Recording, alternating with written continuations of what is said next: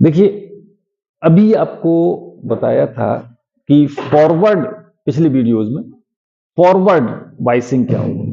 Now अब देखिए reverse biasing. Forward biasing जब भी होती है तो उसमें करंट फ्लो होती है, but in reverse biasing no current will flow. तो कैसे? अब देखिए, जैसे रिवर्स बाइसिंग, ये P type is connected with negative and N type with the positive terminal, then it is said to be reverse biasing. अब इसमें क्या होता है कि पी टाइप में मेजोरिटी चार्ज कैरियर क्या होते हैं? होल होते हैं। एन टाइप में क्या होते हैं? इलेक्ट्रॉन होते हैं। तो ये जो नेगेटिव टर्मिनल है ये होल्स को अपनी ओर अट्रैक्ट करता है, ये पॉजिटिव टर्मिनल इलेक्ट्रॉन्स को अट्रैक्ट करता है। तो इस तरीके से electron and holes are attracted towards the terminals and at the junction no electron hole combination will takes place. और जब इलेक्ट्रॉन होल कॉम्बिनेशन नहीं होगा तो डायरेक्ट कोई भी करंट फ्लो नहीं।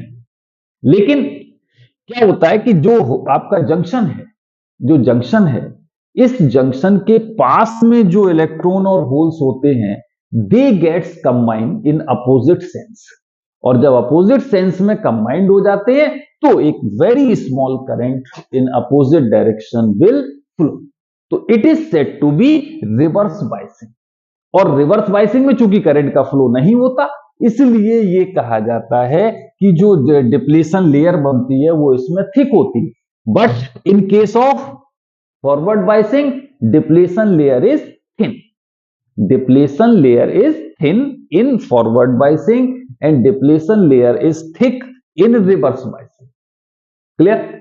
तो ये बाइसिंग के बारे में कुछ बातें थी, यानी कि पीएन जंक्शन को आप बैटरी से कनेक्ट करते हैं तो क्या होता है, किस तरीके से ये वर्क करता है। तो एक तो आपका फॉरवर्ड होता है, एक आपका रिवर्स बाइसिंग होती है। ठीक है? क्लियर? ओके।